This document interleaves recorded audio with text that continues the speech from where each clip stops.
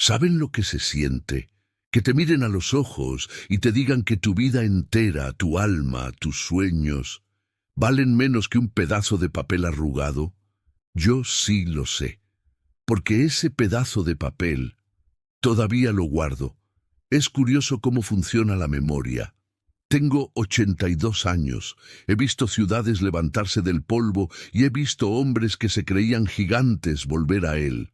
He firmado contratos que valían miles de dólares y le he dado la mano a gente importante, de esa que sale en los periódicos. Pero si cierro los ojos, si me quedo muy quieto y dejo que el silencio de esta oficina se llene con los ecos del pasado, nada de eso es real.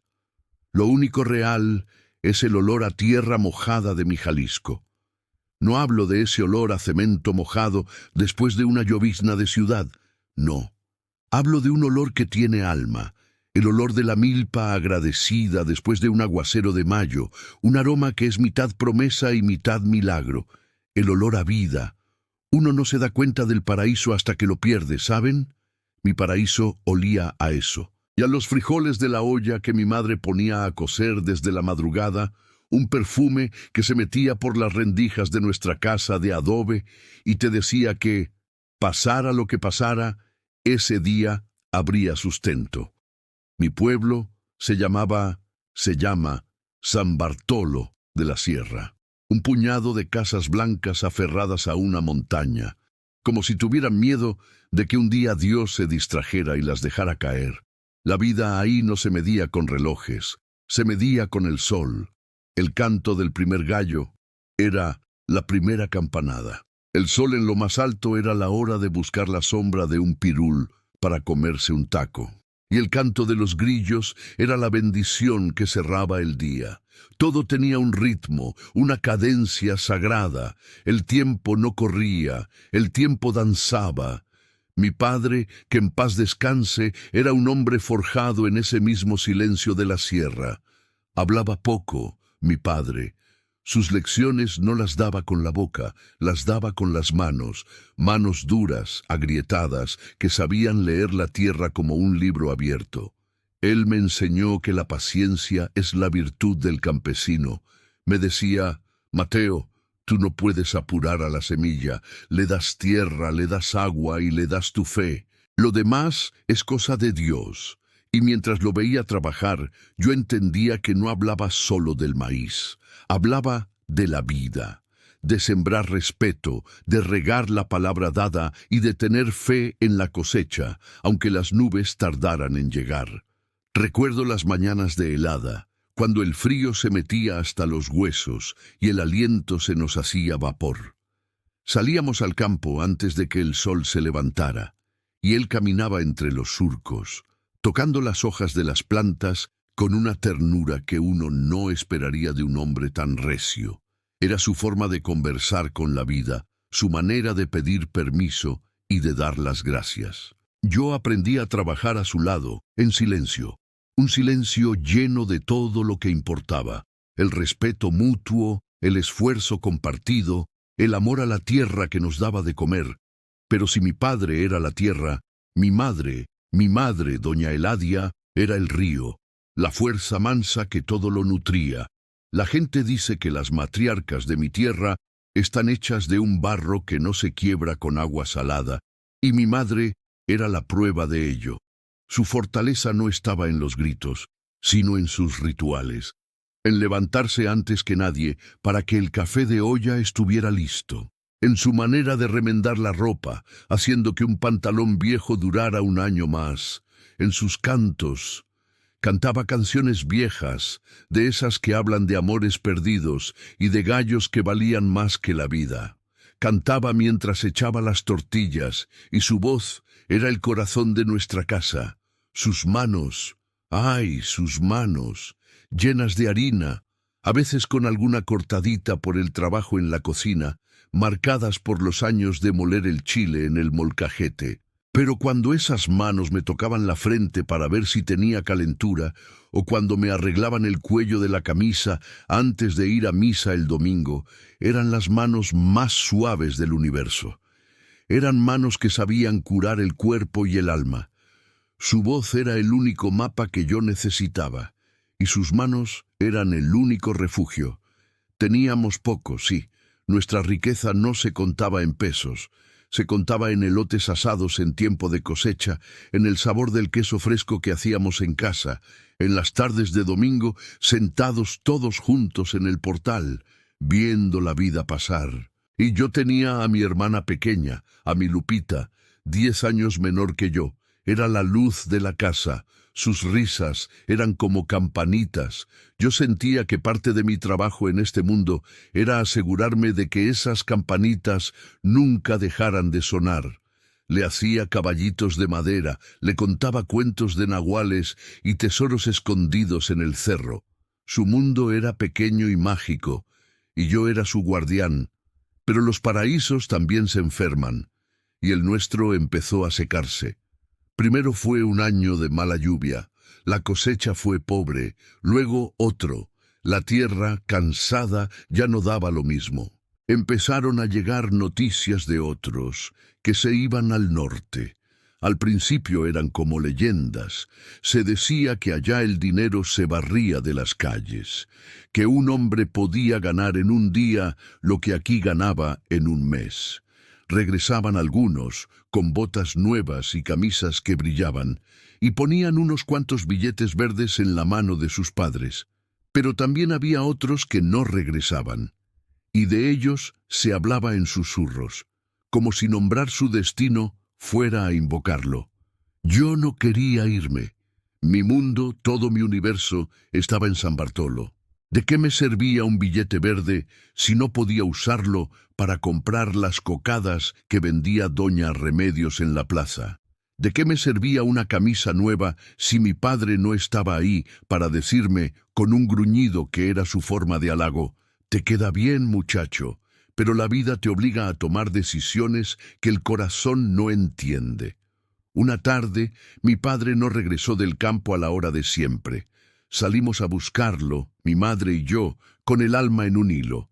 Lo encontramos a medio camino, tirado junto a un maguey. Había resbalado, se había lastimado la espalda de mala manera. Lo llevamos a casa como pudimos.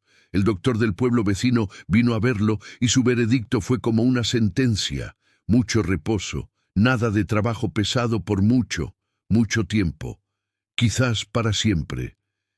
Esa noche no hubo cantos en la casa, solo el sonido del viento y el quejido ahogado de mi padre cada vez que intentaba moverse. Por primera vez en mi vida vi el miedo en los ojos de mi madre, un miedo real, profundo. El miedo a no tener para comer.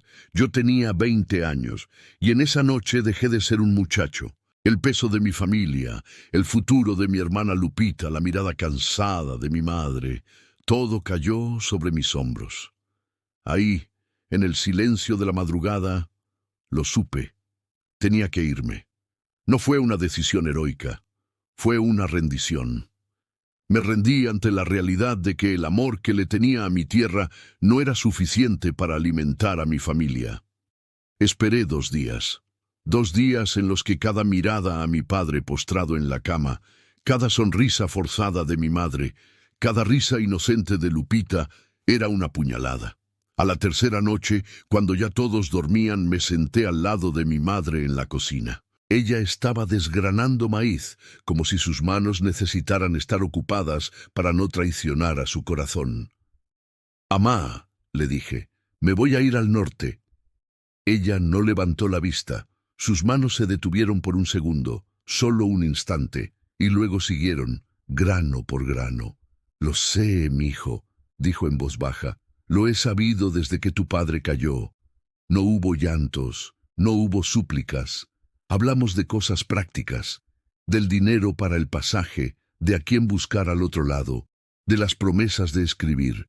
Cada palabra era un intento de construir un puente sobre un abismo de incertidumbre. Le dije que volvería en un año, que juntaría dinero y regresaría para comprar un pedazo de tierra más grande, para que mi padre no tuviera que trabajar más. Una mentira piadosa que los dos necesitábamos creer en ese momento. Mi padre lo tomó con su silencio habitual. Cuando se lo dije, Me miró largo rato, y vi en sus ojos una mezcla de orgullo y de un dolor tan profundo que me partió el alma. Él sabía lo que significaba, sabía el sacrificio que era. Solo me puso la mano en el hombro y la apretó con la poca fuerza que tenía. «Pórtate como un hombre», me dijo, y eso fue todo. Fue su bendición y su sentencia. El día de la partida fue el día más largo de mi vida. Me despedí de todos como si fuera un viaje corto. Un hasta luego, un ahí nos vemos. No quería dramas, no quería llantos que me hicieran dudar. La última a la que abracé fue a Lupita. Le dije que le traería una muñeca de la ciudad, una muñeca que hablara. Me dio un beso y salió corriendo a jugar, sin entender la magnitud de esa despedida, y lo agradecí. Cuando llegó la hora, mi madre me acompañó hasta la salida del pueblo, donde pasaba el único autobús del día. No lloró. Su rostro era una máscara de serenidad, la misma que ponía cuando había tormenta, para que no tuviéramos miedo. Me entregó un pequeño morral. Adentro había un cambio de ropa, 2 tortillas duras, un trozo de queso y una medalla de la Virgen de Guadalupe que había sido de su abuela. «Para que te cuide», me dijo, y entonces me abrazó. En ese abrazo estaba todo: el miedo, el amor, la esperanza, la bendición, el dolor. Me apretó tan fuerte que sentí que intentaba grabar en mi cuerpo el recuerdo de mi hogar, para que no se me olvidara nunca. Sentí sus lágrimas silenciosas mojar mi camisa.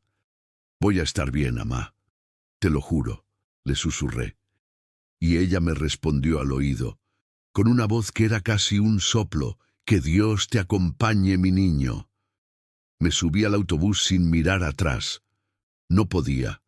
Si miraba atrás, si veía su figura haciéndose pequeña en el camino de tierra, sabía que no tendría la fuerza para continuar. El motor del viejo camión arrancó con un estruendo y con él se rompió el último hilo que me ataba a mi mundo. Mientras el autobús se alejaba, cada vuelta de las ruedas era un adiós. Adiós al cerro que había sido mi patio de juegos. Adiós a la plaza donde di mi primer beso. Adiós al campo donde aprendí a ser hombre. Dejé atrás el único mundo que conocía por un sueño que ni siquiera tenía forma. Era solo un murullo, una esperanza frágil como la luz de una vela en el viento. Una vela que tenía que proteger con mis propias manos para que la soledad y el miedo no la apagaran antes de tiempo. Salí de aquel lugar, de aquella construcción, y caminé. No sé por cuánto tiempo. El sol subió, me quemó la nuca y luego empezó a bajar. Las sombras de los edificios se alargaron como dedos acusadores, y yo seguía caminando, con el dólar arrugado en el puño, tan apretado que las arrugas del papel se me marcaron en la palma de la mano. Ese billete ya no era dinero, era un recordatorio. Era un pedazo de mi alma que habían pisoteado y que yo había recogido del suelo. Era mi bandera de guerra. Esa noche no dormí. Me senté en un rincón oscuro, en un callejón que olía a tristeza y a comida podrida, y miré ese dólar bajo la luz anaranjada de una farola lejana. Y hablé con él. Sí, hablé con un pedazo de papel. Le dije: «Tú y yo, pedacito, vamos a demostrarles de qué estamos hechos». Hice un juramento, no un juramento de venganza, no. La venganza es un veneno que se bebe uno mismo esperando que el otro se muera. Hice un juramento de construcción. Le juré a ese dólar, a la memoria de mis padres y al futuro de mi hermana, que yo no me iría de este país como una sombra. Le juré que dejaría una marca, que construiría algo tan sólido, tan real, que nadie, nunca más, podría decirme que yo no valía nada. Con ese juramento, el miedo no desapareció. El miedo nunca se va del todo, pero cambió de lugar.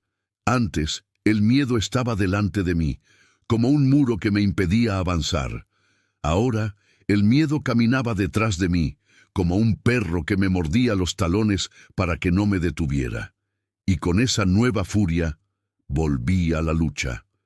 pero ya no con la mirada suplicante del que pide limosna. Volví con la mirada del que busca una grieta en el muro para meter los dedos y empezar a escalar. Ya no buscaba la piedad de los capataces.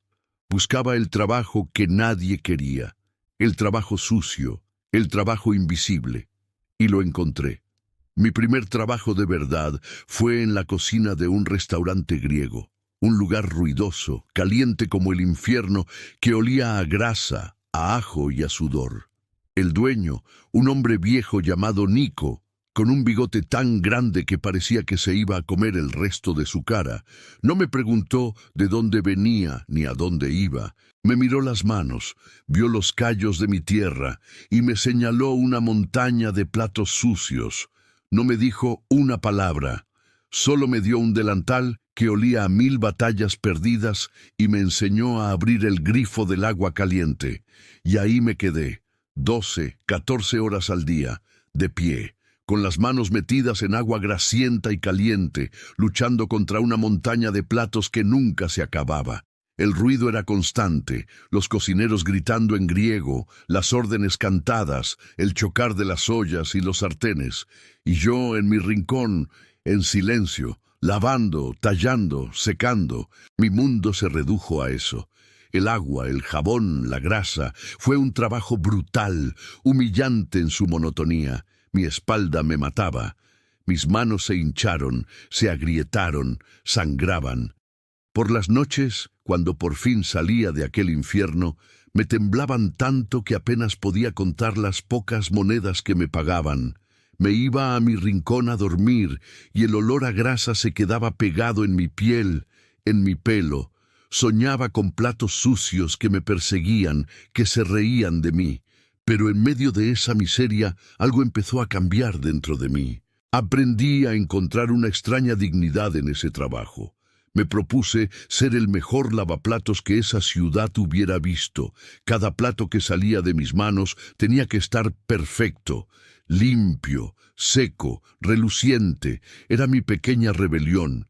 El mundo podía tratarme como basura, pero yo no iba a hacer un trabajo basura.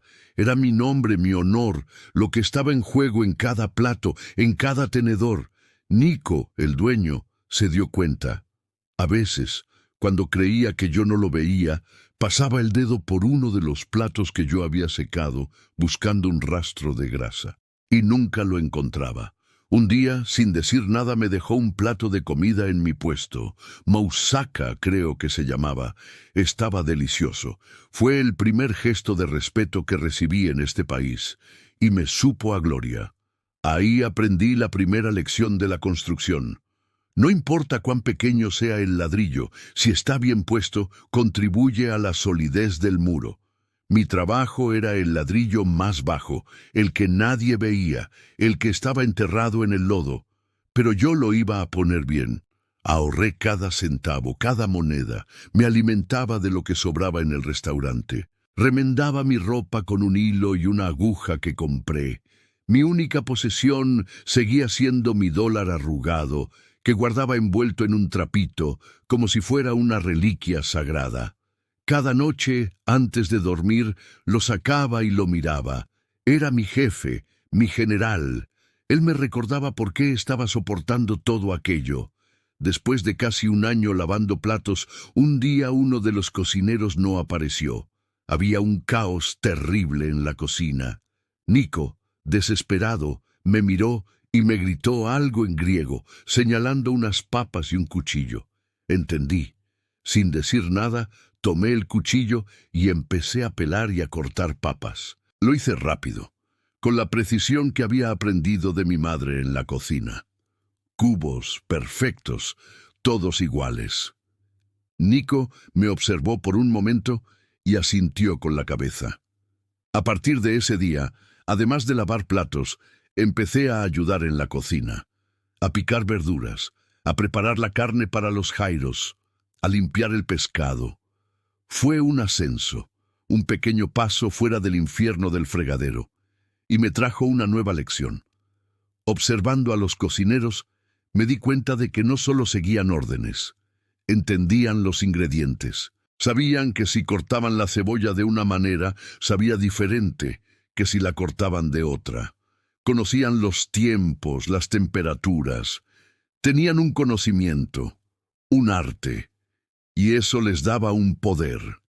Me di cuenta de que el verdadero poder no estaba en la fuerza bruta, sino en el saber, en entender cómo funcionan las cosas para poder transformarlas. Con el poco dinero extra que gané, hice dos cosas. Primero, le mandé una carta y unos cuantos dólares a mi madre.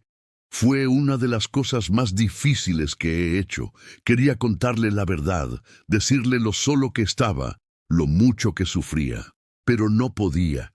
¿Qué derecho tenía yo de añadir mi pena a la suya? Así que le mentí, le dije que estaba bien, que había encontrado un buen trabajo, que estaba comiendo bien y que pronto, muy pronto, le mandaría más dinero. Cada palabra de esa mentira me pesaba como una piedra en el corazón. Lo segundo que hice fue comprar un diccionario. Inglés-español. Un librito viejo, de segunda mano, y se convirtió en mi Biblia. Por las noches, después de 14 horas de trabajo, cuando mi cuerpo solo pedía caer rendido, yo me sentaba bajo una farola y estudiaba, palabra por palabra, frase por frase. Repetía los sonidos en voz baja, tratando de que mi lengua se acostumbrara a esos nuevos sabores. Era una lucha. Me sentía como un tonto, tropezando con las palabras. Pero cada palabra nueva que aprendía era un arma más en mi arsenal. Hello, thank you, how much, work. La palabra work, trabajo, fue una de las primeras que memoricé. Aquel autobús era una bestia de metal vieja y cansada. Gemía en cada subida y se quejaba en cada curva, como si a él también le doliera arrancar a la gente de su tierra. Por la ventanilla, mi Jalisco se fue despidiendo de mí poco a poco. Primero fueron los rostros familiares de mi pueblo, luego las siluetas conocidas de los cerros que habían sido los guardianes de mi infancia. Pronto, todo se convirtió en un paisaje extraño, en un México que yo no conocía. El verde de mis campos se fue transformando en el ocre del desierto. Los árboles se hicieron pequeños, espinosos, como si la propia naturaleza se estuviera defendiendo de algo. Éramos muchos en ese autobús, todos con la misma mirada, una mezcla de miedo y de una esperanza tan terca que casi dolía verla. Nadie hablaba mucho. ¿Qué nos íbamos a decir? Compartíamos el mismo destino incierto, la misma herida silenciosa de la despedida. De vez en cuando alguien ofrecía un pedazo de lo que traía, un taco de frijoles, una fruta. Eran gestos pequeños, mudos, que decían: «Sé por lo que estás pasando, hermano. Comí las tortillas que me había dado mi madre. Estaban duras, frías, pero en cada mordida yo podía sentir el calor de su comal, el amor de sus manos. Me las comí despacio, haciéndolas durar, porque sabía que era el último sabor de mi hogar que probaría en mucho, mucho tiempo. El viaje fue largo, días que se hicieron eternos, noches que eran un pozo de oscuridad y pensamientos. En cada parada, en cada pueblo polvoriento que cruzábamos, yo buscaba en los rostros de la gente algo de mi San Bartolo. Una sonrisa, una mirada, pero no encontraba nada. Me sentía como una hoja arrancada de su árbol, volando sin rumbo a merced de un viento que no había elegido. Aferraba la medalla de la Virgen que mi madre me dio. Su metal frío en mi mano era mi única ancla, la prueba de que el mundo del que yo venía, mi mundo, había sido real.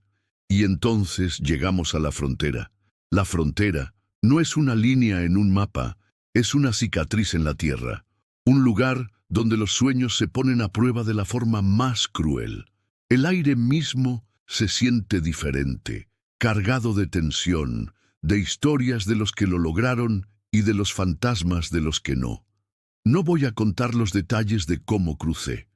Hay heridas que un hombre guarda para sí mismo, hay miedos que, si se nombran en voz alta, vuelven a cobrar vida. Solo diré que pasé noches escondido, con el corazón en la garganta, escuchando cada ruido, sintiendo el frío del desierto que es tan implacable como el sol. Y en esa oscuridad le recé a mi virgencita como nunca. No le pedí riqueza, ni siquiera le pedí éxito. Le pedí una sola cosa, que me permitiera volver a ver a mi madre, que mi vida sirviera para cumplir la promesa que le había hecho. Cuando por fin pisé esta tierra, no hubo campanas ni fanfarrias, solo el silencio de un amanecer helado y la certeza abrumadora de que estaba completamente, absolutamente solo.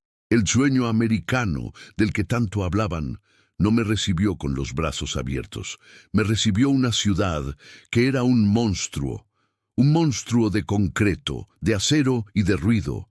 Fíjese usted, yo venía de un lugar donde el sonido más fuerte era el de las campanas de la iglesia llamando a misa, y de repente estaba en medio de una sinfonía del infierno.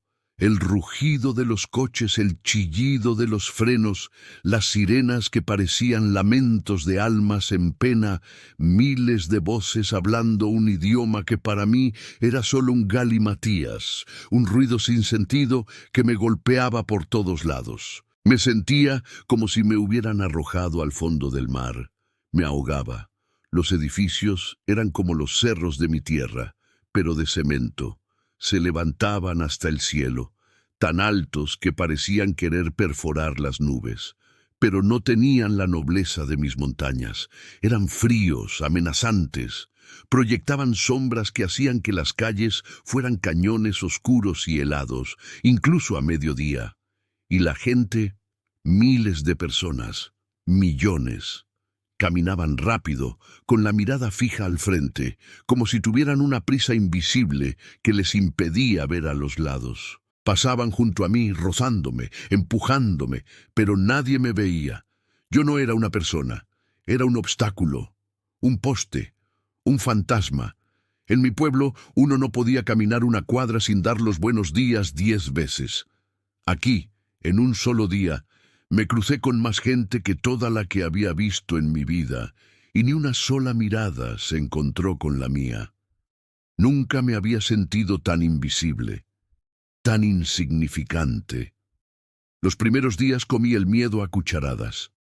Dormía donde la noche me agarraba, en la banca de un parque, con el frío calándome hasta los huesos. En el rincón de un callejón, hecho un ovillo para guardar el poco calor que me quedaba, con los olores de la basura como única compañía. Cada coche que pasaba, cada sombra que se movía, era una amenaza. Aprendí a dormir con los ojos entreabiertos, como los animales del monte. El hambre era un animal vivo dentro de mí, que me mordía las entrañas sin piedad. Un animal al que solo podía engañar con agua de las fuentes públicas. Miraba los restaurantes, los cafés, a través de los cristales. Veía a la gente comer, reír, hablar, y me sentía como si estuviera viendo una película de un mundo al que yo jamás podría pertenecer. Estaban a unos metros de mí, pero nos separaba un abismo más grande que cualquier frontera. Durante el día, caminaba. Caminaba sin rumbo, por horas, por millas, buscando trabajo. Pero, ¿cómo se pide trabajo cuando no se tienen las palabras? Entraba a las tiendas, a las cocinas de los restaurantes, a las bodegas. Mi método era siempre el mismo. Me quitaba el sombrero, hacía una pequeña reverencia y señalaba mis manos. Luego señalaba el suelo que había que barrer, los platos que había que lavar, las cajas que había que cargar. Trataba de decir con mis ojos: soy fuerte, soy honrado, solo deme una oportunidad. Pero solo recibía miradas de desconfianza, de fastidio. A veces, ni eso. Solo un dedo que señalaba la puerta, un get out, seco, cortante. Aprendí el significado de esa frase a base de portazos en la cara. Cada no, cada puerta cerrada era un golpe. Y yo sentía como mi esperanza, aquella velita que había protegido con tanto celo, comenzaba a parpadear peligrosamente. Empecé a sentir vergüenza vergüenza de mi ropa gastada, de mis guaraches viejos, de mi piel quemada por el sol, vergüenza de mi silencio, de mi incapacidad para comunicarme. Me sentía como un niño perdido, un inútil. Por las noches, en mi rincón oscuro, me acordaba de mi padre. Pórtate como un hombre. Y sentía que le estaba fallando. Un hombre de verdad no pasa hambre. Un hombre de verdad no duerme en la calle. Un hombre de verdad provee para su familia, no se convierte en una sombra que deambula por una ciudad que lo desprecia. Lloré, sí, lloré, a escondidas, en silencio, lágrimas de rabia, de frustración, de una soledad tan inmensa que se sentía como una enfermedad física. Lloraba por mi madre, por mi padre, por mi hermana. Sentía que los había traicionado, que había cambiado mi paraíso, mi dignidad, por este infierno de cemento y de indiferencia. Fue entonces, cuando estaba en el punto más bajo, cuando la vela de mi esperanza era apenas una brasa a punto de extinguirse, que oí hablar de una gran construcción, un edificio enorme en el centro de la ciudad. Se decía que necesitaban gente, muchos brazos para levantar aquel gigante. Fue un rayo de luz en mi oscuridad. Me dije, Mateo, esta es tu oportunidad. El trabajo duro, el trabajo físico, ese es un idioma universal. Mis músculos hablarán por mí. Me pasé la noche en vela, repasando el plan. Iría temprano, me presentaría, mostraría mis manos, mi fuerza. Me llené de un optimismo desesperado. Al día siguiente, me lavé la cara y el pelo en una fuente pública. Me sacudí el polvo de la ropa lo mejor que pude. Quería parecer digno. Caminé hasta el lugar. Era más grande de lo que había imaginado. Un esqueleto de acero que se perdía en las nubes, rodeado de un enjambre de hombres que gritaban, de máquinas que rugían. El ruido era ensordecedor. Por un momento, el miedo me paralizó. Me sentí como una hormiga a punto de ser pisada, pero entonces pensé en mi madre, en su abrazo, y di un paso al frente. Busqué con la mirada a alguien que pareciera estar al mando, y lo vi. Era un hombre grande, corpulento, con un casco blanco y un rostro enrojecido por el sol y la impaciencia. Daba órdenes a gritos, moviendo las manos con autoridad. El capataz. Era evidente que él era el que decidía quién trabajaba y quién no. Esperé a que hiciera una pausa, a que hubiera un hueco en el caos que lo rodeaba. Me acerqué a él con el corazón latiéndome en los oídos, tan fuerte que creí que se me iba a salir por la boca. Me paré frente a él con mi sombrero en la mano, como me había enseñado mi padre a mostrar respeto. Él me miró de arriba abajo. Fue una mirada lenta, despectiva. Una mirada que no veía a una persona, veía un problema, un estorbo. Me escaneó de los guaraches a la cabeza y en sus labios se dibujó una mueca de desprecio. Intenté hablar, pero de mi boca no salió ningún sonido. Entonces recurrí a mi único lenguaje. Señalé a los hombres que trabajaban, que cargaban vigas, que empujaban carretillas. Luego me golpeé el pecho y flexioné el brazo, mostrándole mi músculo. Trataba de decirle, yo puedo hacer eso. Soy fuerte. Él soltó una risa corta, sin alegría, un ladrido, y negó con la cabeza. La desesperación se apoderó de mí. No podía irme con otro no. No esta vez. Tenía que hacerle entender.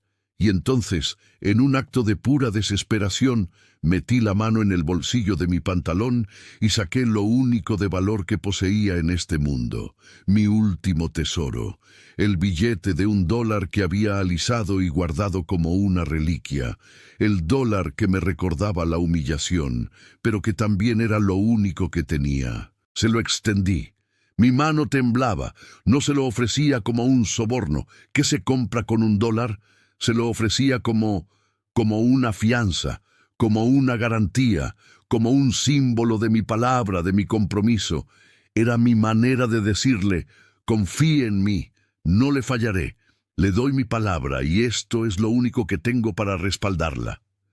Él miró el billete en mi mano, luego me miró a los ojos, y por un instante, por un brevísimo instante, creí ver una chispa de algo. de entendimiento, pero me equivoqué.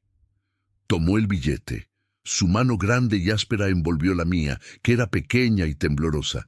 Lo sostuvo entre sus dedos por un momento, y entonces, muy despacio, sonrió. Fue la sonrisa más cruel que he visto en toda mi vida. Una sonrisa que no tocaba sus ojos.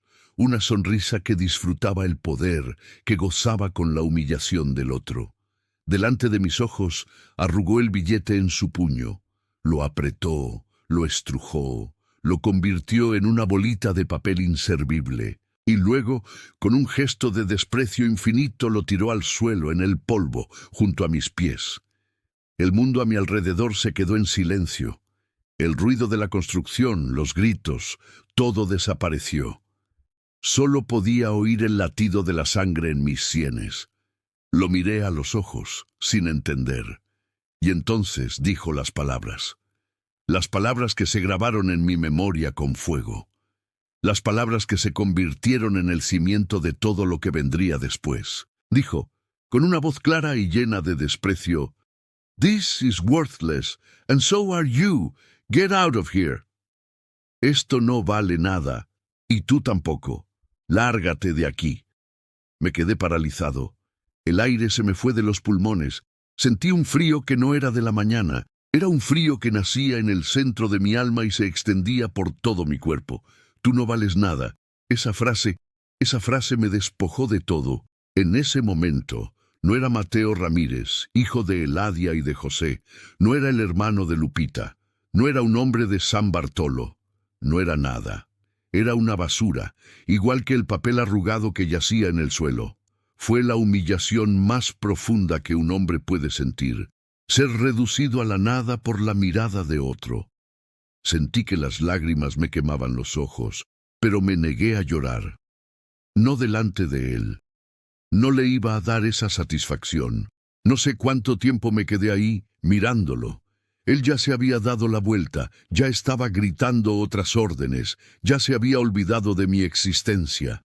Para él, yo ya había desaparecido. Muy despacio, me agaché. Mis rodillas temblaban. Con la mano temblorosa recogí mi dólar del suelo, lo tomé como si fuera un pájaro herido, lo sostuve en la palma de mi mano, estaba sucio, arrugado, profanado.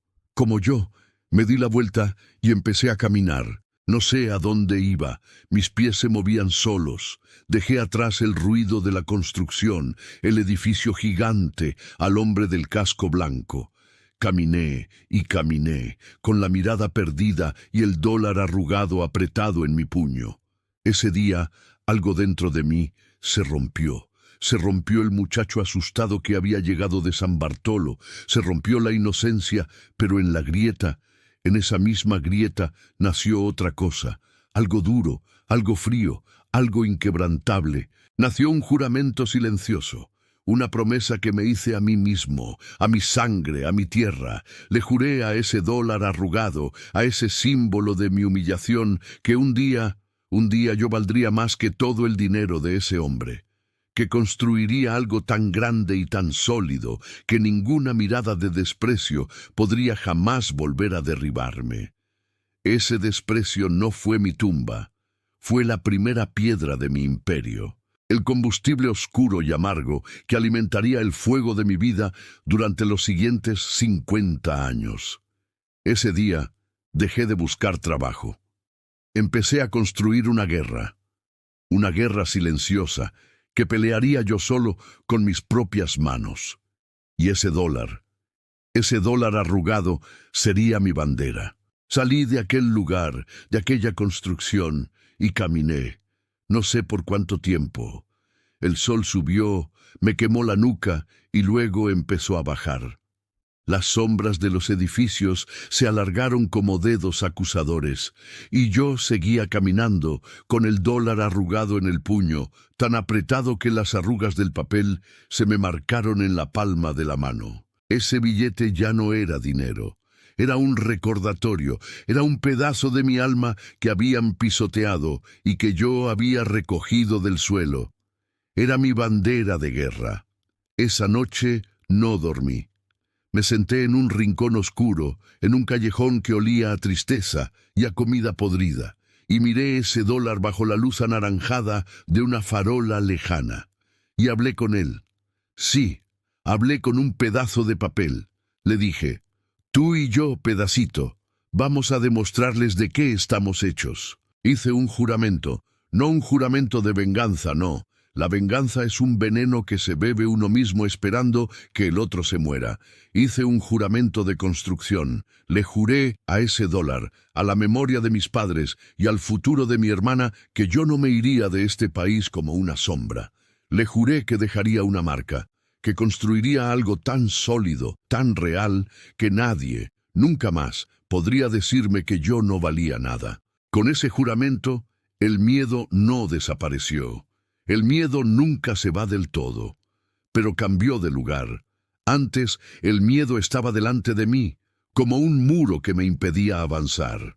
Ahora, el miedo caminaba detrás de mí, como un perro que me mordía los talones para que no me detuviera. Y con esa nueva furia volví a la lucha, pero ya no con la mirada suplicante del que pide limosna. Volví con la mirada del que busca una grieta en el muro para meter los dedos y empezar a escalar. Ya no buscaba la piedad de los capataces. Buscaba el trabajo que nadie quería. El trabajo sucio, el trabajo invisible. Y lo encontré.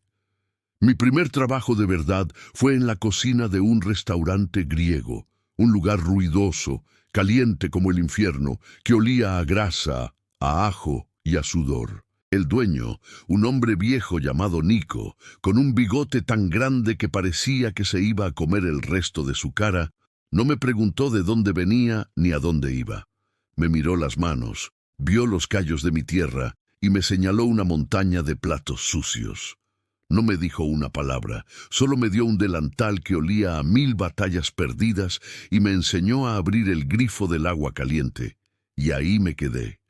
12, 14 horas al día, de pie, con las manos metidas en agua grasienta y caliente, luchando contra una montaña de platos que nunca se acababa. El ruido era constante, los cocineros gritando en griego, las órdenes cantadas, el chocar de las ollas y los sartenes, y yo, en mi rincón, en silencio, lavando, tallando, secando. Mi mundo se redujo a eso, el agua, el jabón, la grasa. Fue un trabajo brutal, humillante en su monotonía. Mi espalda me mataba, mis manos se hincharon, se agrietaron, sangraban. Por las noches, cuando por fin salía de aquel infierno, me temblaban tanto que apenas podía contar las pocas monedas que me pagaban. Me iba a mi rincón a dormir y el olor a grasa se quedaba pegado en mi piel, en mi pelo. Soñaba con platos sucios que me perseguían, que se reían de mí. Pero en medio de esa miseria, algo empezó a cambiar dentro de mí. Aprendí a encontrar una extraña dignidad en ese trabajo. Me propuse ser el mejor lavaplatos que esa ciudad hubiera visto. Cada plato que salía de mis manos tenía que estar perfecto, limpio, seco, reluciente. Era mi pequeña rebelión. El mundo podía tratarme como basura, pero yo no iba a hacer un trabajo basura. Era mi nombre, mi honor, lo que estaba en juego en cada plato, en cada tenedor. Nico, el dueño, se dio cuenta. A veces, cuando creía que yo no lo veía, pasaba el dedo por uno de los platos que yo había secado, buscando un rastro de grasa, y nunca lo encontraba. Un día, sin decir nada, me dejó un plato de comida en mi puesto. Moussaka, creo que se llamaba. Estaba delicioso. Fue el primer gesto de respeto que recibí en este país, y me supo a gloria. Ahí aprendí la primera lección de la construcción. No importa cuán pequeño sea el ladrillo, si está bien puesto, contribuye a la solidez del muro. Mi trabajo era el ladrillo más bajo, el que nadie veía, el que estaba enterrado en el lodo. Pero yo lo iba a poner bien. Ahorré cada centavo, cada moneda, me alimentaba de lo que sobraba en el restaurante, remendaba mi ropa con un hilo y una aguja que compré. Mi única posesión seguía siendo mi dólar arrugado, que guardaba envuelto en un trapito, como si fuera una reliquia sagrada. Cada noche, antes de dormir, lo sacaba y lo miraba. Era mi jefe, mi general. Él me recordaba por qué estaba soportando todo aquello. Después de casi un año lavando platos, un día uno de los cocineros no apareció. Había un caos terrible en la cocina.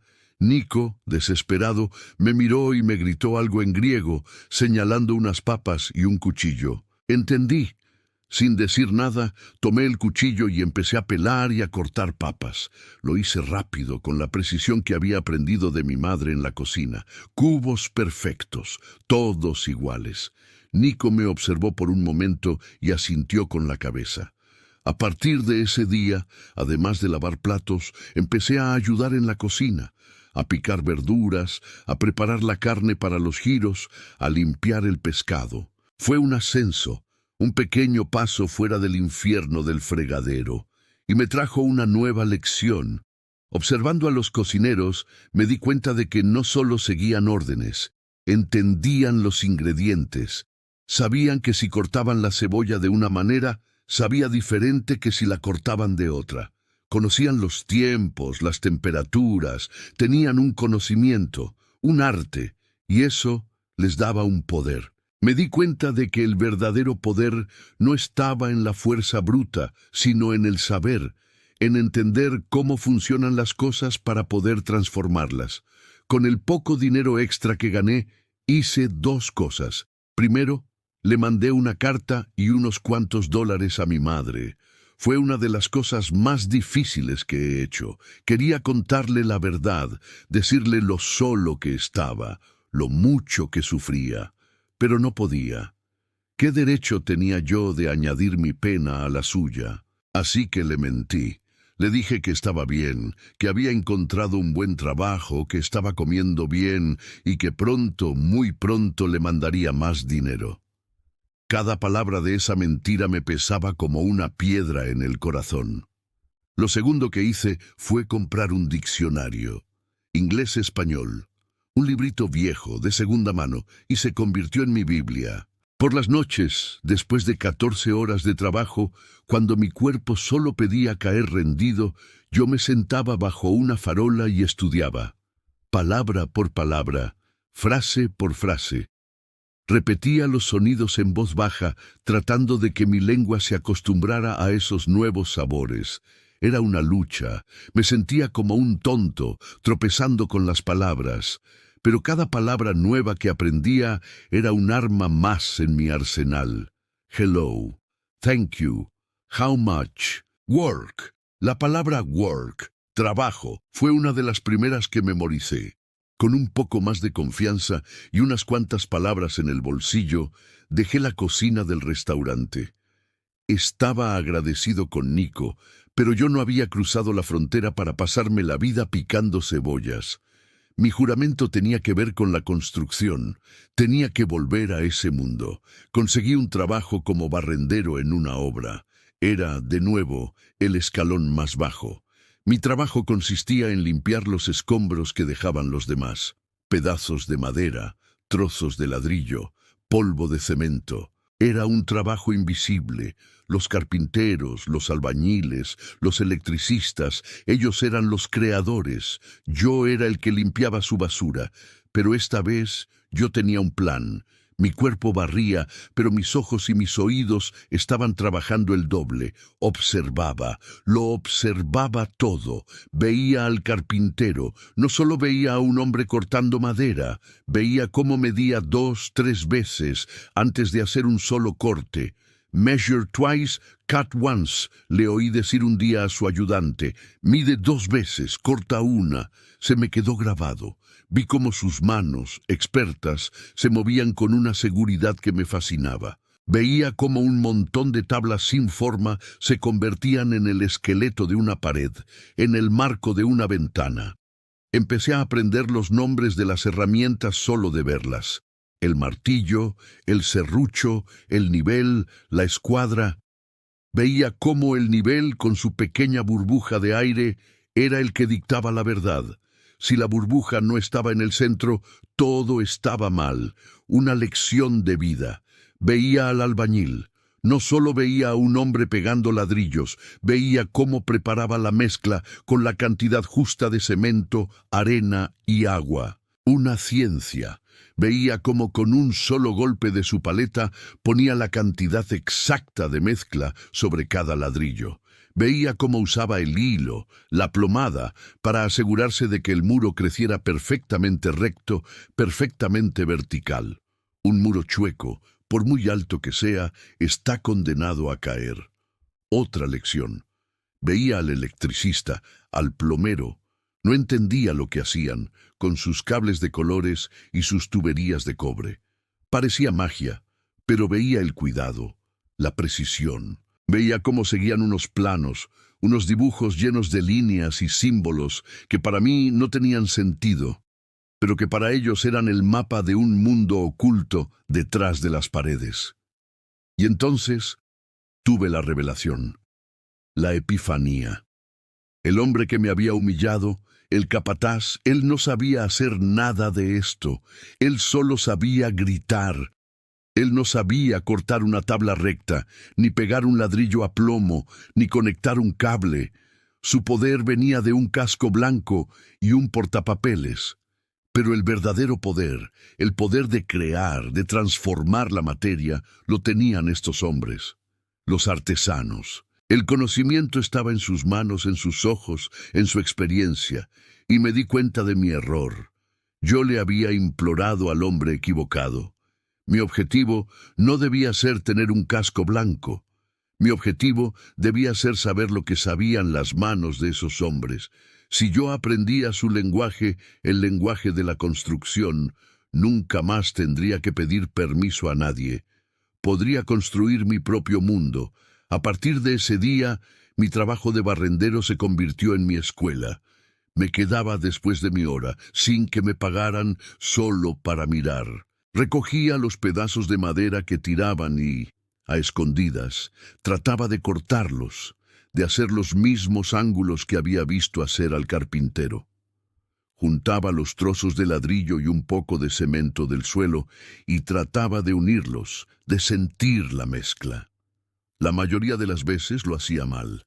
Mis cortes salían chuecos, mi mezcla era un desastre. Algunos de los trabajadores se reían de mí, el barrendero mexicano que quería ser constructor, pero a otros les causó curiosidad. Un día, un carpintero viejo, un irlandés llamado Seamus, con unas manos como dos mapas de carreteras viejas, me vio tratando de clavar un clavo. Lo estaba doblando una y otra vez. Seamus se acercó. Me quitó el martillo de la mano sin decir nada. Agarró un clavo, lo sujetó entre sus dedos y con dos golpes secos, precisos, lo hundió en la madera. Luego me devolvió el martillo y me dijo, "It's in the wrist, kid. All in the wrist. Está en la muñeca, chico. Todo está en la muñeca." Ese pequeño gesto lo cambió todo. Alguien me había enseñado algo. Alguien me había abierto una puerta. Empecé a hacerle preguntas a Seamus. Al principio, con mi inglés roto y con señas, le preguntaba el nombre de una herramienta, le señalaba un ángulo y levantaba los hombros. Y él, con una paciencia de santo, me enseñaba. Me dibujaba en un pedazo de madera. Me dejaba usar sus herramientas cuando el capataz no miraba. Me enseñó a leer una cinta de medir, a respetar la veta de la madera, a sentir el equilibrio del martillo. Seamus no me regaló nada. Me dio algo mucho más valioso. Conocimiento. Seguí ahorrando como un monje. Cada dólar era un paso más cerca de mi objetivo. Ya no pensaba en volver a México en un año. Entendí que mi camino iba a ser mucho más largo. Escribía a mi madre, le mandaba dinero, siempre con la misma mentira piadosa. Ella me contestaba con cartas que tardaban semanas en llegar. Me contaba las cosas del pueblo, que mi padre ya caminaba un poco mejor, que Lupita estaba creciendo muy rápido y que preguntaba cuándo volvería para traerle su muñeca. Cada una de esas cartas era un abrazo y una puñalada al mismo tiempo. Me daban la fuerza para seguir, pero me recordaban la distancia, el tiempo que estaba perdiendo con ellos. Después de casi 2 años trabajando en esa obra, barriendo y aprendiendo en las sombras, llegó el día. Había ahorrado lo que para mí era una fortuna. No era mucho, quizás unos cientos de dólares, pero para mí era el capital de mi nueva vida. Podría haber comprado un coche viejo, podría haber rentado un cuarto decente y dejar de dormir en el suelo. Podría haber comprado ropa nueva y dejar de parecer un espantapájaros. Pero no hice nada de eso. Una mañana de sábado fui a una casa de empeño, un lugar triste, lleno de los sueños rotos de otra gente. Guitarras que ya nadie tocaba, anillos de boda que ya no simbolizaban nada, y en un rincón, cubiertas de polvo, estaban ellas. Una caja de herramientas. No era nueva, estaba lejos de serlo. Era una caja de metal, vieja, abollada, con la pintura roja desconchada. La abrí. Adentro, las herramientas descansaban sobre un fieltro gastado, un martillo con el mango de madera pulido por el sudor de otras manos, un serrucho con algunos dientes mellados, un juego de desarmadores, un nivel, una escuadra. Estaban usadas, sí, pero estaban completas. Eran herramientas de verdad, de un profesional. Le pregunté el precio al hombre del mostrador.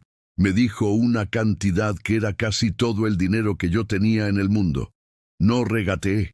Saqué mi rollo de billetes, atado con una liga, y se los di. Puse el dinero sobre el mostrador, el fruto de 3 años de mi vida, de miles de platos lavados, de toneladas de escombros barridos.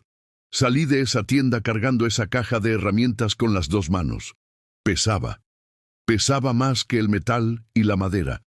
Pesaba con la responsabilidad de mi futuro. La llevé a mi rincón, a mi cuarto sin muebles. Y esa noche no dormí.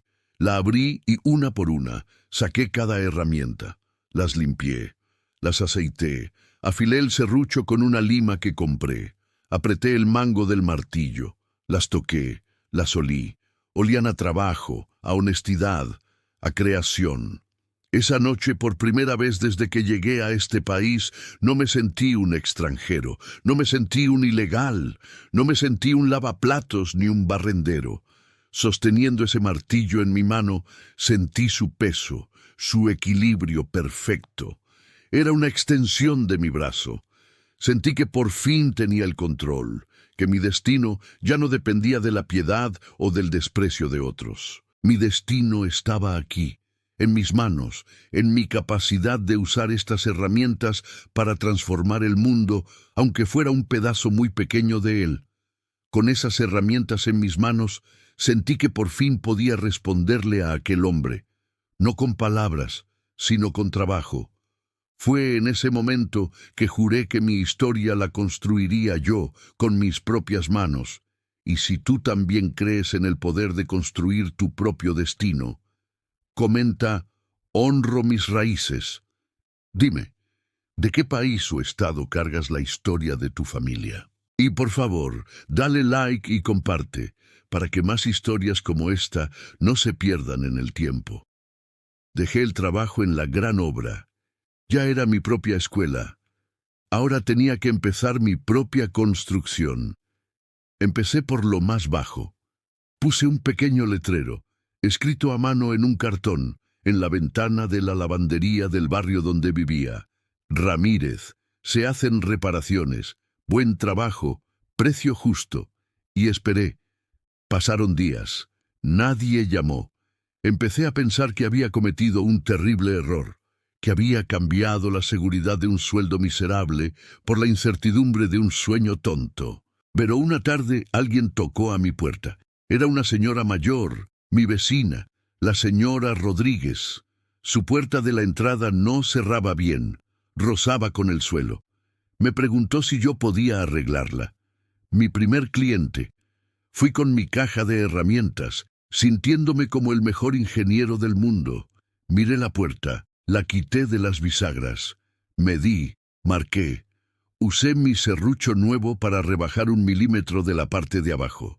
La lijé para que quedara suave. La volví a poner en su sitio. La puerta cerraba ahora con un clic suave y perfecto, sin rozar. La señora Rodríguez estaba feliz. Me ofreció $5. Yo no quería aceptarlos, pero ella insistió.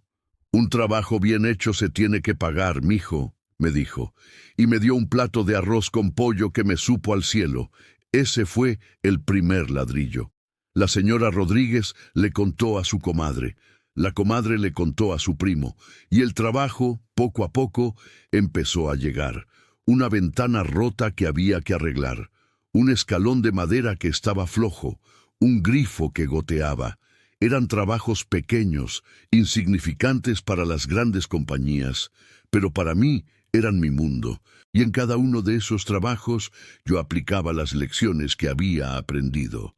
Medía 2 veces, cortaba una, me aseguraba de que todo estuviera a nivel, a plomo, limpiaba todo al terminar, no dejaba ni un rastro de aserrín. Y lo más importante, cumplía mi palabra. Si decía que iba a estar a las 8, estaba a las 8. Si decía que costaría $20, costaría $20. Mi palabra era mi contrato. En un mundo donde nadie confiaba en nadie, la gente de mi barrio empezó a confiar en el muchacho mexicano de las herramientas. No me hice rico, ni mucho menos. Pero por primera vez era mi propio jefe.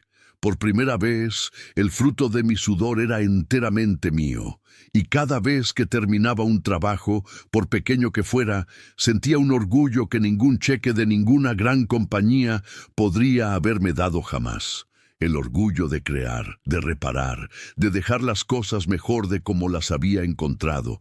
Estaba construyendo.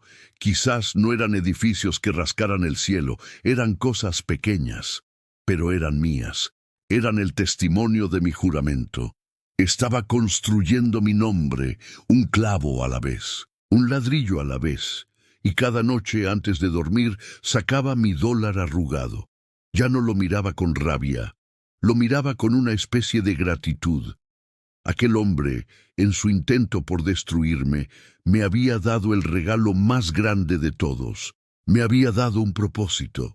Me había enseñado que el valor de un hombre no te lo da nadie, lo construyes tú mismo, con tus propias manos.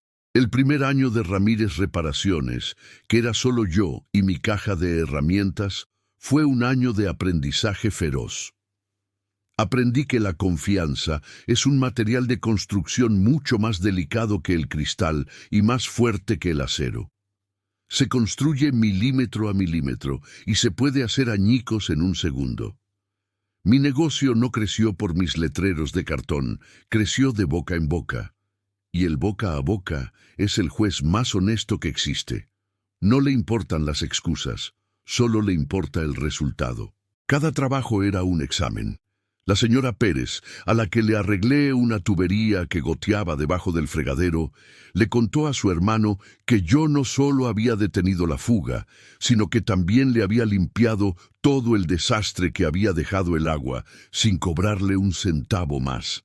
El señor García, un hombre mayor, al que le reparé los escalones de madera de su porche que crujían como si se quejaran de su vejez, le contó a sus amigos en el dominó que yo había reforzado la estructura entera porque no me parecía seguro dejarlo así nomás. No eran grandes hazañas, eran pequeños actos de decencia, de hacer el trabajo como si fuera para mi propia madre.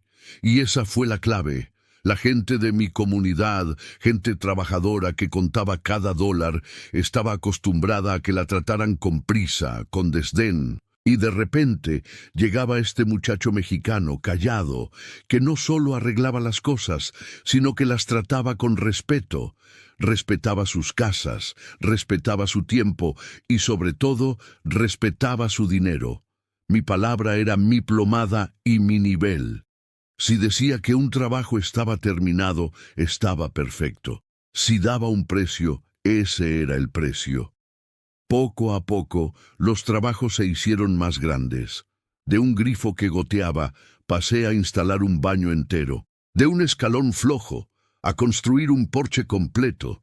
Cada nuevo reto me daba un miedo terrible. Por las noches, estudiaba. Compraba libros viejos de construcción, de plomería, de carpintería, leía los manuales de los materiales.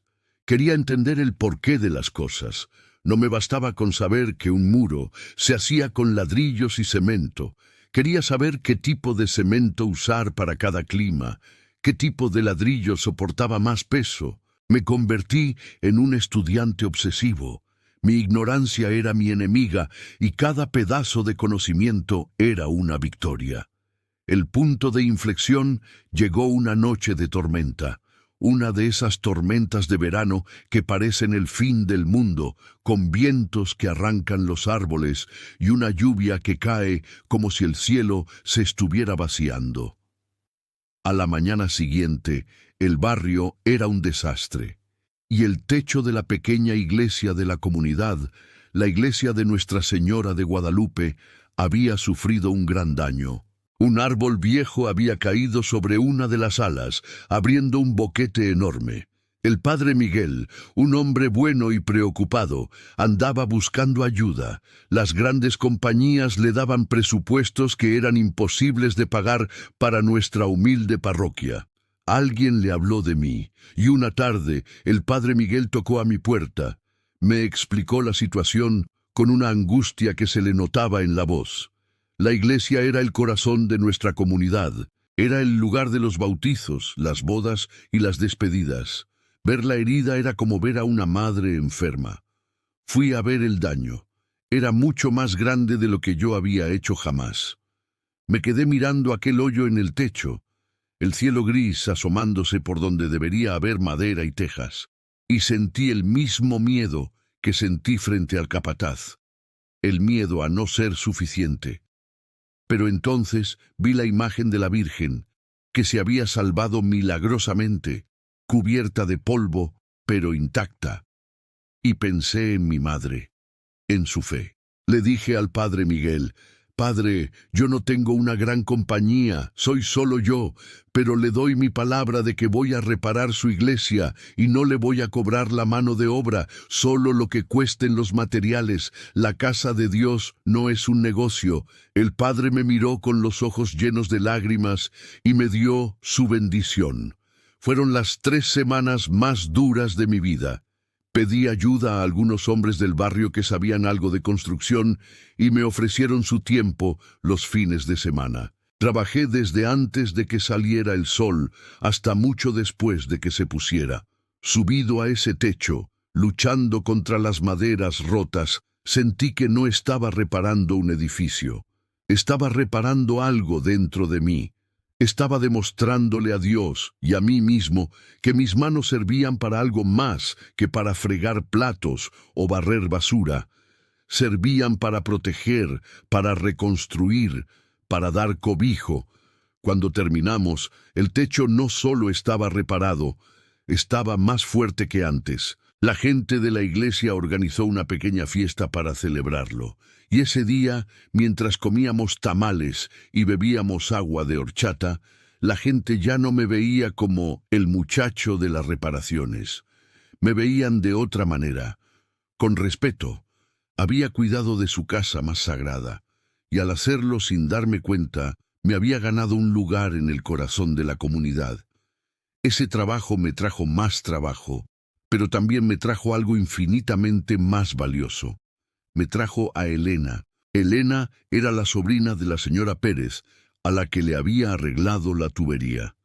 Había venido de Texas a visitar a su tía. Un domingo, después de la misa, la señora Pérez me la presentó. «Mateo, te presento a mi sobrina, Elena. Elena, este es el joven del que te hablé, el que hace milagros con las manos». Cuando vi a Elena, sentí que el suelo se movía un poco. No era solo su belleza, que era como la de una flor del desierto, fuerte y delicada a la vez. Eran sus ojos. Tenía unos ojos oscuros, profundos, que no miraban con timidez, sino con una inteligencia serena. En sus ojos vi el mismo orgullo silencioso que veía en mi madre. Vi un alma que entendía de luchas y de dignidades. Empezamos a hablar, y fue fácil. Con ella no tenía que fingir, No tenía que ser Ramírez el constructor, podía ser solo Mateo. Le conté de mi pueblo, de mi familia, y ella me escuchaba. De verdad me escuchaba. No oía solo mis palabras, parecía oír el eco de la nostalgia que había detrás de ellas. Ella también era hija de inmigrantes. Entendía la dualidad de vivir en un país y tener el corazón en otro. Empezamos a vernos. Nuestros paseos eran sencillos. Caminábamos por el parque, nos sentábamos en una banca a comernos un helado. Yo le hablaba de mis sueños, de mis planes, de mi juramento. Le enseñé el dólar arrugado que para entonces ya guardaba en mi cartera, en un plástico protector. Cualquier otra mujer se habría reído, o no habría entendido. Pero Elena lo miró con una seriedad reverencial, y me dijo, «Este no es un dólar, Mateo, es la semilla de un árbol muy grande». En ese momento supe que había encontrado a mi compañera, mi ancla, la persona con la que quería compartir la sombra de ese árbol. Nos casamos un año después, en la misma iglesia que yo había reparado. Fue una boda sencilla, pero la más rica del mundo. Estaba llena de toda la gente a la que yo había ayudado. La señora Rodríguez nos hizo el pastel. El señor García tocó la guitarra. El padre Miguel nos dio una bendición que parecía que venía directa del cielo. Y mientras veía a Elena, con su vestido blanco, sonriéndome, sentí una felicidad tan profunda, tan real, que me asustó. Me sentí vulnerable, porque ahora tenía algo que perder, algo infinitamente más valioso que mi orgullo o mi negocio. Con Elena a mi lado, todo cobró un nuevo sentido. Ya no trabajaba solo para cumplir un juramento hecho en la soledad. Trabajaba para construir un hogar. Compramos una casita pequeña, una de esas que necesitaban mucho amor y muchas reparaciones. Y la convertimos en nuestro palacio. Cada clavo que clavaba, cada pared que pintaba, era una declaración de amor. Un año después, nació nuestro primer hijo, Marco. Sostener a mi hijo en mis brazos por primera vez, no hay palabras para describir eso. Era tan pequeño, tan frágil, y mientras lo miraba, dormido en mis brazos, entendí la verdadera dimensión de la palabra legado. Un legado no son los edificios que construyes, son las vidas que tocas, el futuro que ayudas a forjar. Mirando su carita, renové mi juramento, pero esta vez era diferente. El fuego de la rabia se había transformado en la llama cálida de la protección. Tenía que construir un mundo seguro para él. Tenía que asegurarme de que él nunca tuviera que sentir la humillación que yo sentí, que él crecería con la cabeza alta, orgulloso de su nombre. El negocio siguió creciendo. Ya no podía hacerlo todo yo solo. El nombre Ramírez se había convertido en sinónimo de calidad y la demanda era demasiada. Tuve que tomar una decisión difícil, contratar a mi primer empleado. Contraté a un joven salvadoreño llamado Carlos. Era un muchacho trabajador, pero asustado. En sus ojos vi el mismo miedo que yo había tenido al llegar. Lo traté con la dignidad con la que a mí me hubiera gustado que me trataran. Le enseñé lo que sabía. Le pagué un sueldo justo y a tiempo, y le dije, «Aquí no trabajas para mí, trabajas conmigo. El nombre que está en la camioneta es el mío, y te pido que lo cuides como si fuera el tuyo». Carlos fue el primero de muchos. Poco a poco, mi pequeño ejército de un solo hombre se convirtió en una cuadrilla. Ramírez Reparaciones se transformó en Ramírez Construcciones. Renté un pequeño local que nos sirvió de bodega y oficina. Compré una camioneta más grande y por primera vez en mi vida fui a un banco a pedir un préstamo. Recuerdo ese día. Me puse mi mejor camisa. Elena me acompañó. Entré a ese edificio frío, de mármol y silencio, y me senté frente a un hombre de traje y corbata. Le expliqué mi plan. Quería comprar un terreno, un pequeño terreno, para construir mi primera casa desde cero, no para un cliente, para venderla. Era un riesgo enorme. Si no la vendía, lo perdería todo. El hombre del banco miró mis papeles. Eran papeles humildes. No tenía un gran capital, pero tenía algo más. Le mostré mi libro de contabilidad, donde cada trabajo, cada cliente, cada dólar ganado y gastado estaba anotado con mi puño y letra. Le mostré cartas de recomendación de mis clientes, del padre Miguel. Mi historial no estaba en los ordenadores del banco, estaba en las calles de mi comunidad. El hombre me escuchó, me miró a los ojos y me dio el préstamo. La construcción de esa primera casa fue mi universidad. Cada día era un problema nuevo que resolver. Permisos en el ayuntamiento, inspecciones, problemas con los proveedores. Pero cada ladrillo que poníamos, cada pared que se levantaba, era una lección. Mis hijos, Marco y después mi hija, Sofía, crecieron en medio de ese mundo. Jugaban con los trozos de madera. Aprendían a contar con clavos y tornillos. El olor a aserrín y a cemento fresco era el perfume de su infancia. Les estaba construyendo un futuro, literalmente delante de sus ojos. Vendimos esa primera casa, y con el dinero construimos 2 más, y luego 4. Mi nombre empezó a sonar fuera de nuestro barrio. Otros constructores, gente que llevaba años en el negocio, empezaron a fijarse en la calidad de nuestro trabajo. No éramos los más baratos. Nunca quise ser el más barato. Quería ser el mejor. La gente empezó a entender que pagar un poco más por un trabajo de Ramírez Construcciones era una inversión en tranquilidad. Era saber que las cosas se hacían bien, desde los cimientos, que no se tomaban atajos. Pasaron los años, 10, 20, 30 años. El muchacho asustado de Jalisco se había convertido en don Mateo, el dueño de una de las constructoras más respetadas de la ciudad. Mis hijos crecieron. Marco estudió arquitectura, Sofía, administración de empresas, y ambos, para mi orgullo infinito, decidieron unirse al negocio familiar. Aportaron ideas nuevas, energía fresca. Marco diseñaba casas que eran a la vez hermosas y funcionales. Sofía organizó la empresa, la modernizó. Pero ambos respetaron siempre la filosofía con la que yo había empezado. La calidad y la palabra por encima de todo. Yo ya no estaba en los andamios todos los días. Pasaba más tiempo en la oficina, revisando planos, negociando contratos, pero nunca perdí el contacto con la esencia del trabajo. A menudo me iba solo a las obras, temprano por la mañana, antes de que llegaran los trabajadores, y caminaba por las estructuras vacías, tocaba el concreto, la madera, olía los materiales. Era mi manera de seguir conectado a la tierra, a la verdad del trabajo. Y un día sucedió. Fue una tarde de martes. Marco entró a mi oficina. Se le veía extraño, emocionado y nervioso a la vez. Tenía unos papeles en la mano.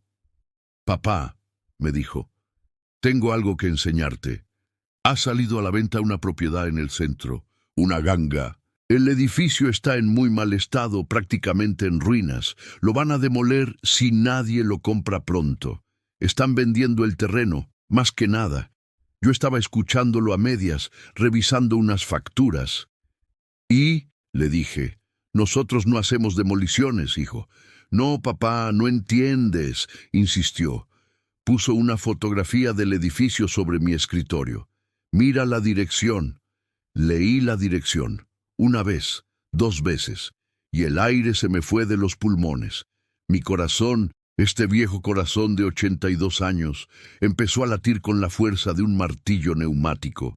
Era él, el edificio, aquel esqueleto de acero que se levantaba al cielo el día que llegué, el lugar donde aquel hombre me había dicho que yo no valía nada. Me quedé mirando la foto. El edificio, en efecto, estaba en ruinas. Las ventanas rotas parecían ojos vacíos. La fachada, antes imponente, estaba sucia y llena de grafitis. El gigante de mi memoria se había convertido en un anciano decrépito, abandonado, esperando la muerte. Sentí una extraña mezcla de emociones. No sentí alegría, No sentí triunfo, sentí una profunda melancolía y una especie de paz. Marco me miraba esperando mi reacción. Él conocía la historia, se la había contado muchas veces. Era la historia fundacional de nuestra familia. «Cómpralo», le dije, con una voz que apenas reconocí como la mía. «Pero papá, es una mala inversión», empezó a decir Marco con su lógica de arquitecto. «El costo de renovarlo sería astronómico. Es mejor demoler y construir algo nuevo». «No», le interrumpí, y lo miré a los ojos. «Ese edificio no se va a demoler, se va a restaurar. Cómpralo, usa el dinero que sea necesario, pero cómpralo. Es nuestro». Marco entendió.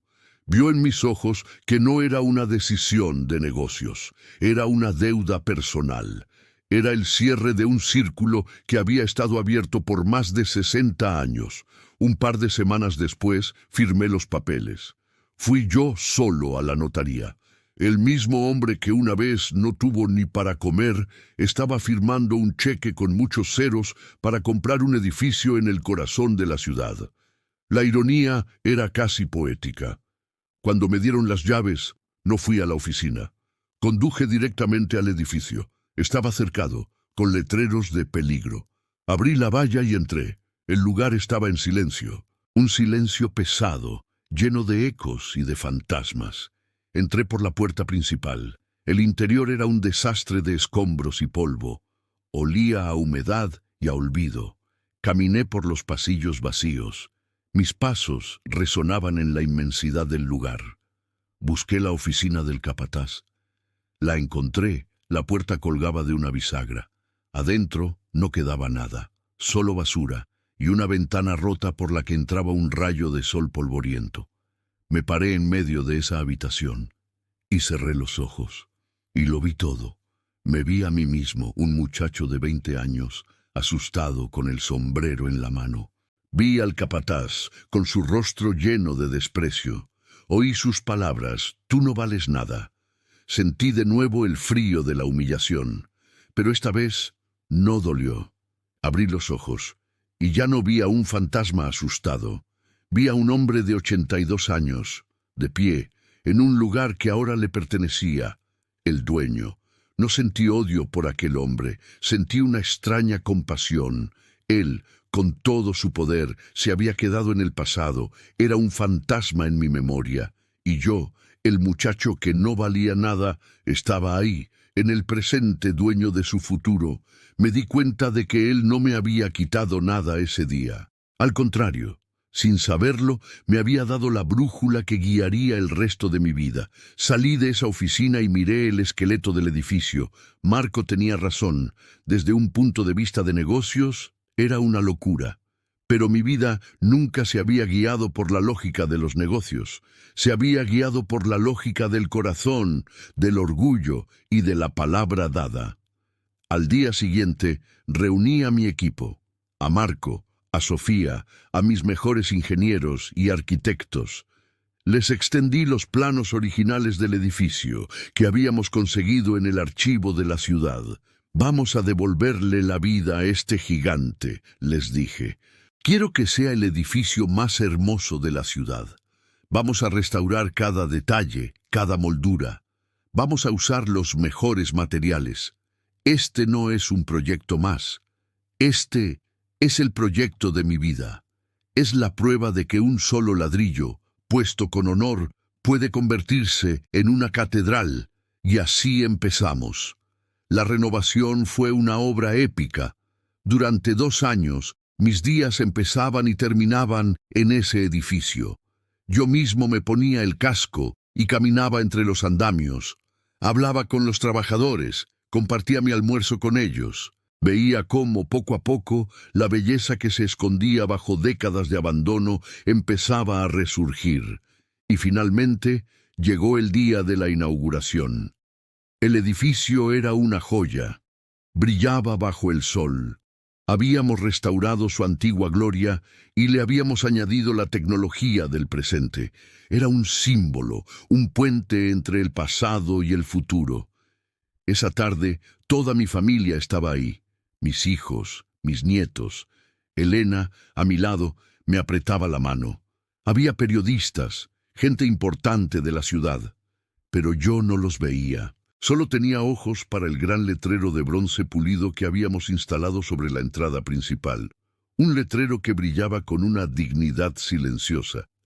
No era un letrero ostentoso. Era simple, elegante, con una sola palabra: Ramírez. El círculo se había cerrado. El muchacho que había sido arrojado de ese lugar ahora le daba su nombre.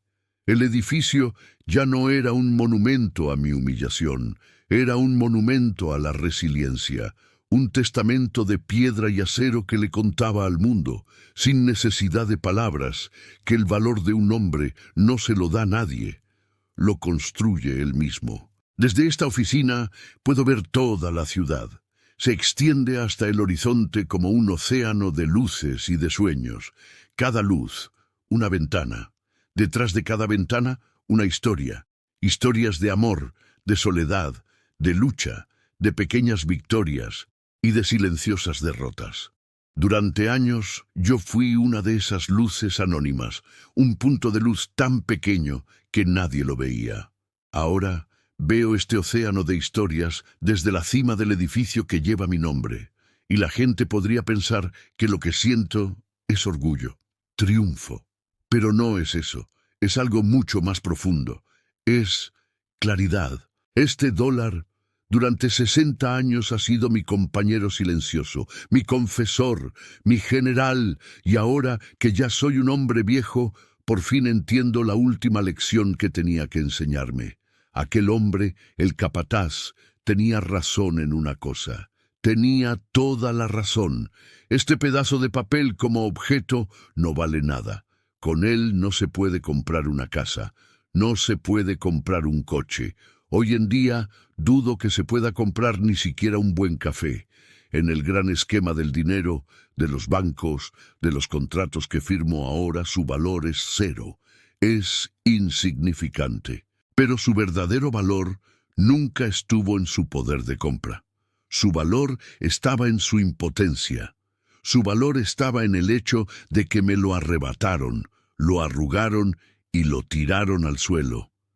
En ese momento, este dólar dejó de ser dinero y se convirtió en una pregunta, la pregunta más importante de mi vida.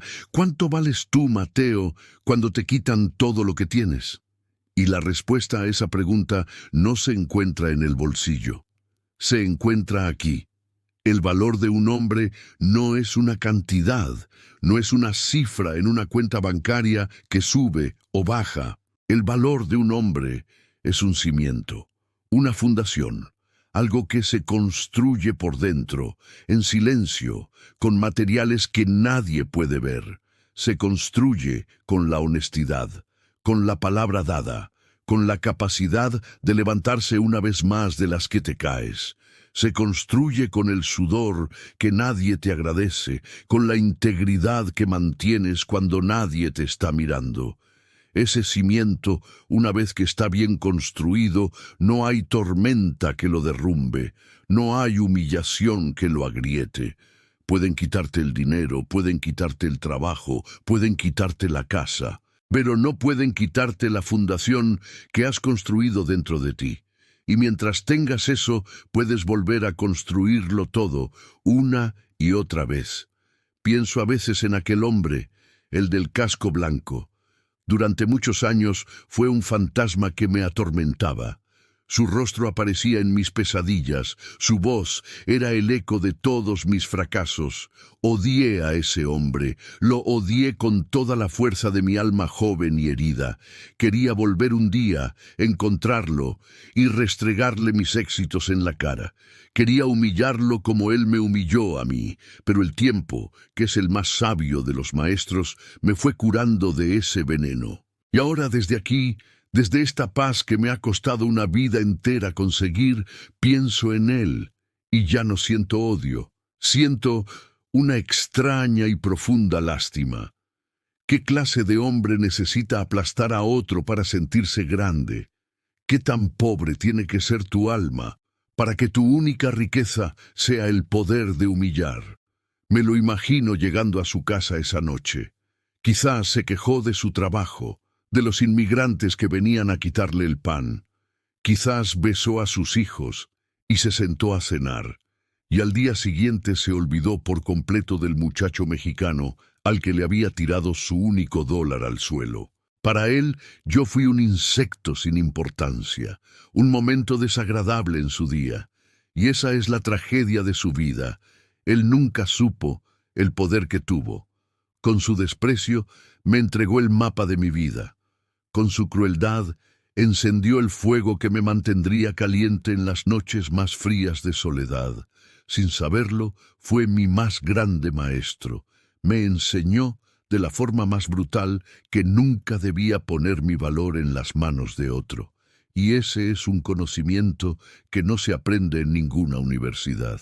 Rezo a veces por él, rezo para que haya encontrado algo de paz, para que haya aprendido a construir algo, en lugar de solo saber cómo destruir, porque al final del día, todos somos constructores.